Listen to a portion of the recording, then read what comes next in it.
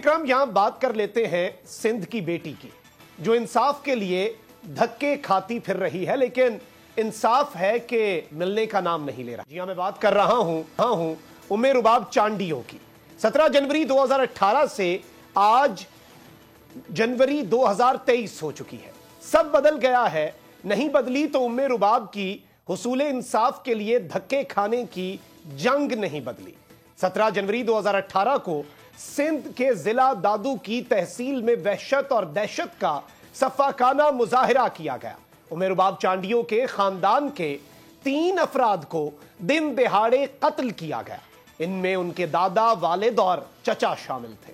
जिसके बाद उम्मे रुबाब ने जागीरदाराना समाज में इंसाफ के हुसूल के लिए जो आवाज़े हक बुलंद की, उसकी नजीर नहीं मिलती।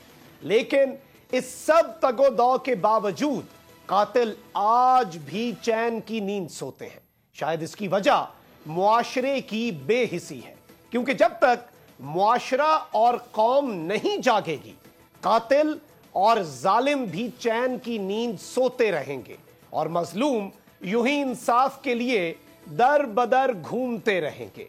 इस स्टोरी को दोबारा आपके सामने रखने का मकसद सिर्फ यह है कि आवाज बना जाए उम्मे रुबाब चांडियों की, क्योंकि ये मुआशरा भले भूल जाए लेकिन हम नहीं भूलने देंगे, क्योंकि अब बात होगी मजलूम की, मजबूर की और अवाम की।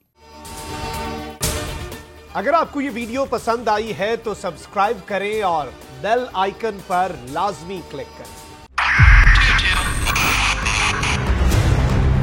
2022 बॉर्डर पे भी देखे गया पाकिस्तान की आवाम को। पाकिस्तान की आवाम को एक तोहफा ये दिया कि आवाम को पता चल गया कि पाकिस्तान का मीडिया क्या है। साल 2022 में सबसे ज्यादा देखे जाने वाला चैनल बोल न्यूज रहा नंबर 1। हमने बहुत सारे शोज और ट्रांसमिशंस की, पूरा साल मुसलसल जदोजहद में निकल गया कि ये वोट ऑफ कॉन्फिडेंस के पीछे कौन लोग थे।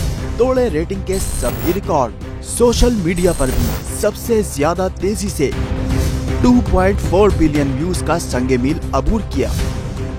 एंकर्स को भी आवाम में सबसे ज्यादा मकबूलियत मिली और सोशल मीडिया पर भी बोल रहा सब पर सब्सक्राइब करें और बेल दबाएं ताकि कोई खबर रह न जाए।